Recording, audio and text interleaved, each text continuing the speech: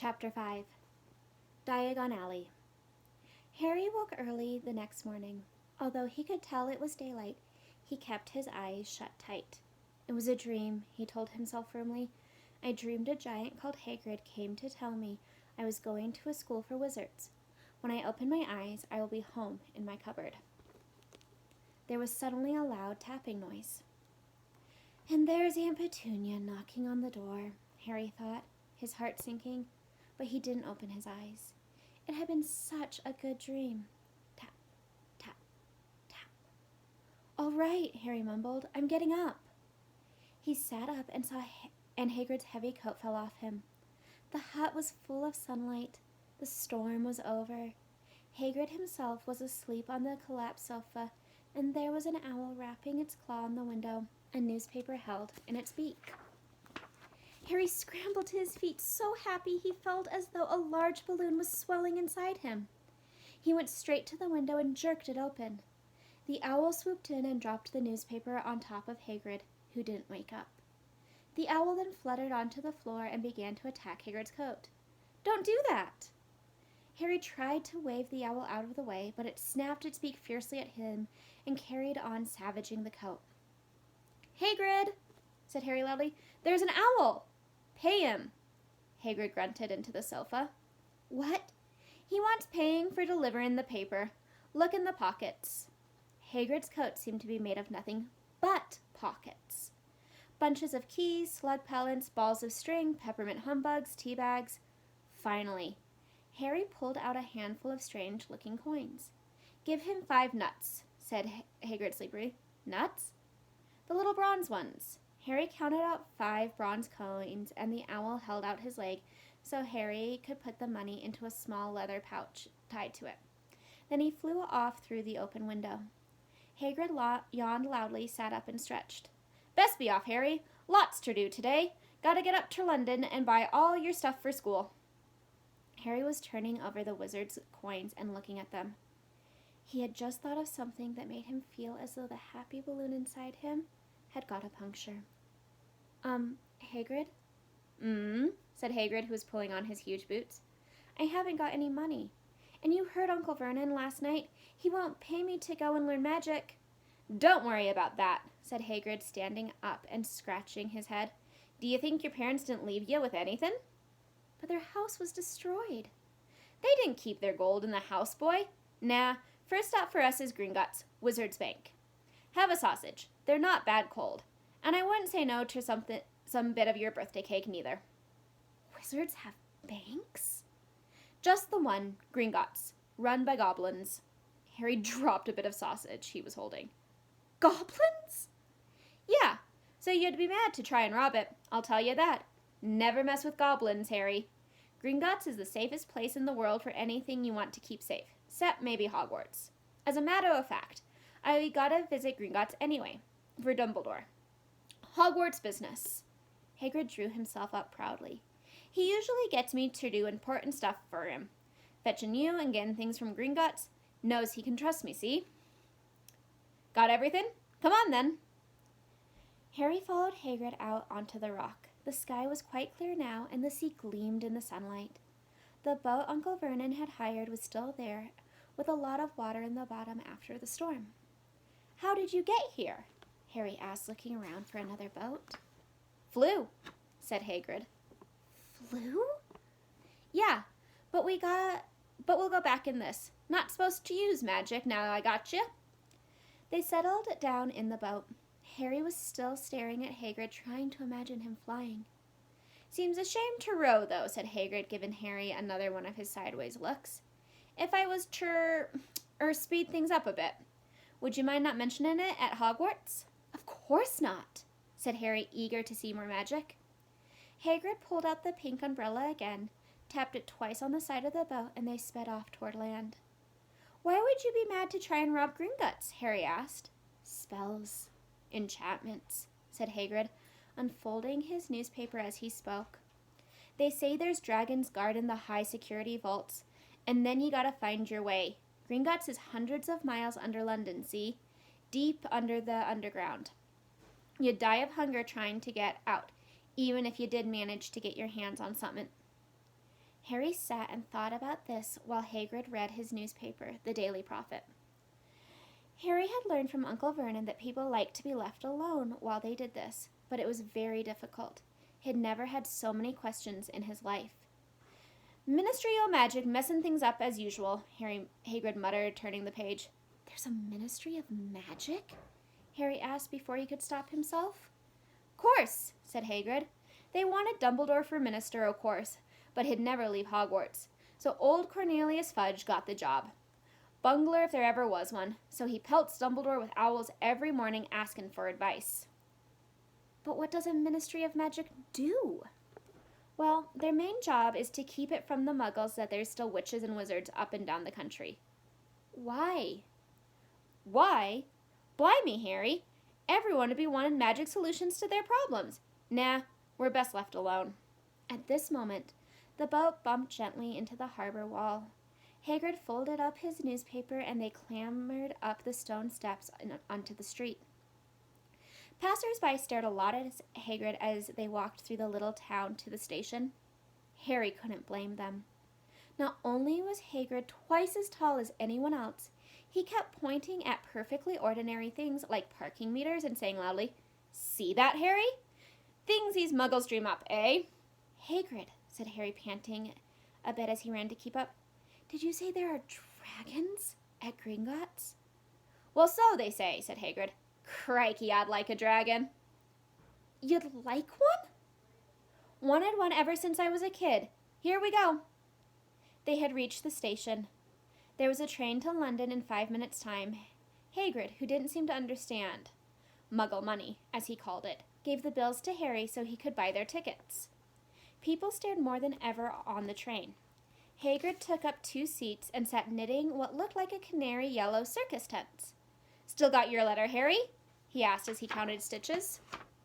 Harry took the parchment envelope out of his pocket. "Good," said Hagrid. "There's a list of everything you need." Harry unfolded a second piece of paper he hadn't noticed the night before and read, "Hogwarts School of Witchcraft and Wizardry. Uniform. First-year students will require 3 sets of plain work robes, black. 1 plain, pointed, black hat for day wear. 1 pair of protective gloves, dragon hide or similar. 1 winter cloak, black, silver fastenings. Please note that all pupils' clothes should carry name tags. Course books. All students should have a copy of each of the following: The Standard Book of Spells, Grade 1, by Miranda Goshawk. A History of Magic by Bathilda Bagshot. Magical Theory by Aldebert Wilfeling. A Beginner's Guide to Transfiguration by Emmerich Switch. 1000 Magical Herbs and Fungi by Fidelis Spore. Magical Drafts and Potions by Asirnus Jigger. Fantastic Beasts and Where to Find Them by Newt Scamander. The Dark Forces, A Guide to Self-Protection by Quentin Trimble. Other equipment: 1 wand, 1 cauldron, pewter, standard size 2, 1 set glass or crystal phials, 1 telescope, 1 set brass scales. Students may also bring an owl, or cat, or toad. Parents are reminded that first years are not allowed their own broomsticks. Can we buy all of this in London? Harry wondered aloud. If you know where to go, said Hagrid. Harry had never been to London before. Although Hagrid seemed to know where he was going, he was obviously not used to getting there in an ordinary way. He got stuck in the ticket barrier on the underground and complained loudly that the seats were too small and the trains too slow. I don't know how the Muggles manage without magic, he said, as they climbed a broken-down escalator that led up to a bustling road with shops. Hagrid was so huge that he parted the crowds easily. All Harry had to do was keep close behind him. They passed bookshops and music stores, hamburger restaurants and cinemas, but nowhere that looked as if it could sell you a magic wand. This was just an ordinary street full of ordinary people. Could there really be piles of wizard gold buried miles beneath them? Were there really shops that sold spellbooks and broomsticks? Might this not all be some huge joke that the Dursleys had cooked up? If Harry hadn't known that the Dursleys had no sense of humor, he might have thought so. Yet somehow, even though everything Hagrid had told him so far was unbelievable, Harry couldn't help trusting him.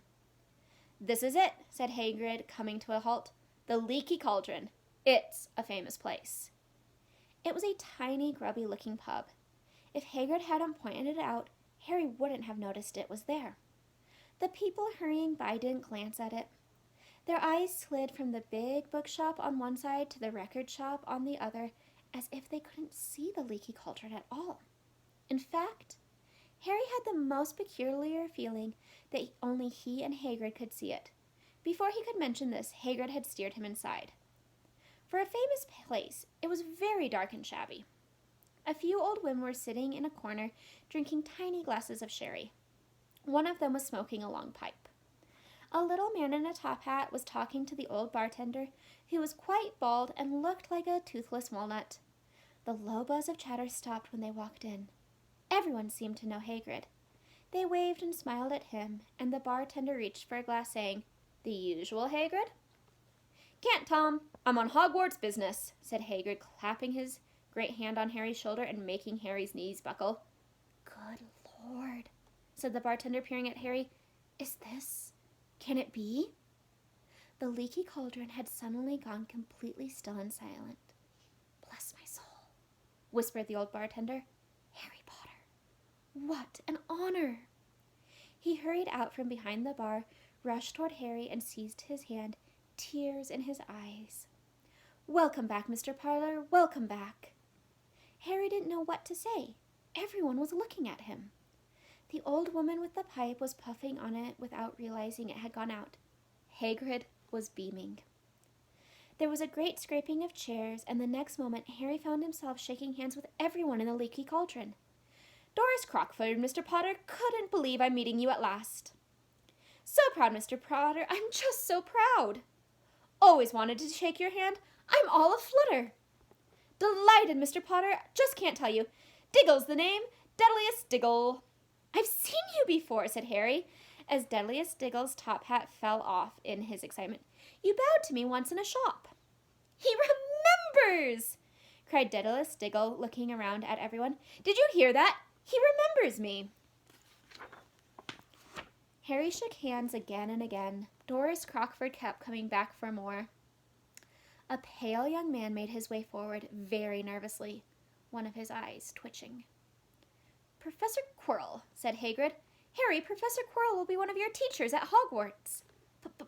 "Potter," stammered Professor Quirrell, grasping Harry's hand. "Can't tell you how pleased I am to meet you." "What sort of magic do you teach, Professor Quirrell?" Defense against the dark arts," muttered Professor Quirrell, as though he'd rather not think about it. Not that you need it, Potter?" He laughed nervously. "You'll be getting all your equipment, I suppose. I've got to pick up a new book on vampires myself." He looked terrified at the very thought. But the others wouldn't let Professor Quirrell keep Harry to himself. It took almost 10 minutes to get away from them all. At last, Hagrid managed to make himself heard over the babble. "Must get on. Lots to buy. Come on, Harry." Doris Crockford shook Harry's hand one last time, and Hagrid led them through the bar out into a small walled courtyard, where there was nothing but a trash can and a few weeds. Hagrid grinned at Harry. "Told you, didn't I? Told you were famous. Even Professor Quirrell was trembling to meet you. Mind you, he's usually trembling." "Is he always that nervous?" "Oh yeah, poor bloke. Brilliant mind. He was fine while he was studying out of books, but then he took off to get some first-hand experience. They say he met vampires in the Black Forest, and there was a nasty bit of trouble with a hag. Never been the same since. Scared of the students, scared of his own subject. Now, where's me umbrella?" "Vampires? Hags?" Harry's head was swimming. Hagrid, meanwhile, was counting the bricks in the wall above the trash can. 3 up, 2 across, he muttered. "Right, stand back, Harry." He tapped the wall 3 times with the point of his umbrella. The brick he had touched quivered. It wriggled. In the middle, a small hole appeared. It grew wider and wider. A second later, they were facing an archway large enough for even Hagrid, an archway onto a cobbled street that twisted and turned out of sight. "Welcome," Hagrid said, "to Diagon Alley." He grinned at Harry's amazement. They stepped through the archway. Harry looked quickly over his shoulder and saw the archway shrink instantly back into a solid wall. The sun shone brightly on a stack of cauldrons outside the nearest shop. Cauldrons, all sizes. "Copper, brass, pewter, silver, self-stirring, collapsible," said the sign hanging over them. "Well, you'll be needing one," said Hagrid, "but we got to get your money first." Harry wished he had about 8 more eyes. He turned his head in every direction as they walked up the street, trying to look at everything at once. The shops, the things outside them, the people doing their shopping. A plump woman outside an apothecary was shaking her head as they passed, saying, "Dragon livers, 17 sickles an ounce. They're mad." A low, soft hooting came from a dark shop with a sign saying, "Ileps Owl's Emporium, Tawny, Screech, Barn, Brown, and Snowy." Several boys of about Harry's age had their noses pressed against a window with broomsticks in it. "Look," Harry heard one of them say, "the new Nimbus 2000, fastest ever!" There were shops selling robes, shops selling telescopes, and strange silver instruments Harry had never seen before. Windows stacked with barrels of bat spleens and eel's eyes, tottering piles of spellbooks, quills, and rolls of parchment, potion bottles, globes of the moon. "Gringotts," said Hagrid. They had reached a snowy white building that towered over the other little shops. Standing beside its burnished bronze doors, wearing a uniform of scarlet and gold, was...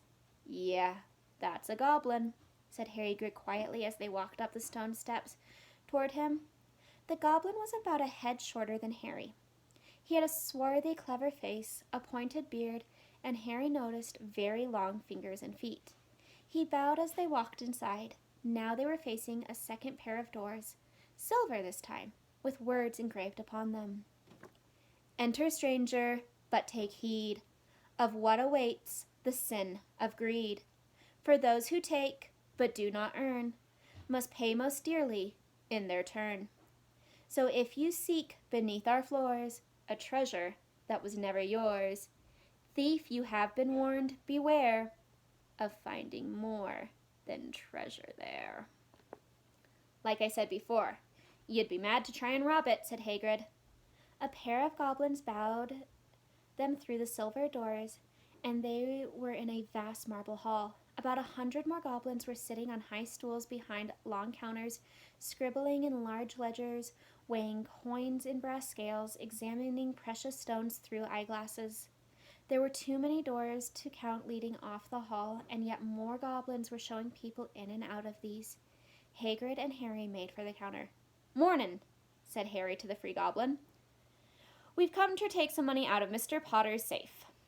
"You have his key, sir?" "Got it here somewhere," said Hagrid, and he started emptying his pockets onto the counter, scattering handfuls of moldy dog biscuits over the goblin's book of numbers. The goblin wrinkled his nose. Harry watched the goblin on their right weighing a pile of rubies as big as glowing coals. "Got it," said Hagrid at last, holding up a tiny golden key. The goblin looked closely at it. "That seems to be in order." And I've also got a letter here from Professor Dumbledore," said Hagrid importantly, throwing out his chest. "It's about you-know-what in Vault 713. The goblin read the letter carefully. "Very well," he said. "I will have someone take you down to both vaults. Griphook!" Griphook was yet another goblin. Once Harry had crammed all the dog biscuits back inside his pockets, he and Harry followed Griphook toward one of the doors leading off the hall. "What's you-know-what in Vault 713? Harry asked. "Can't tell you that," said Hagrid mysteriously. "Very secret. Hogwarts business. Dumbledore's trusted me. More'n my job's worth to tell you that." Griphook held the door open for them, and Harry, who had expected more marble, was surprised. They were in a narrow stone passageway,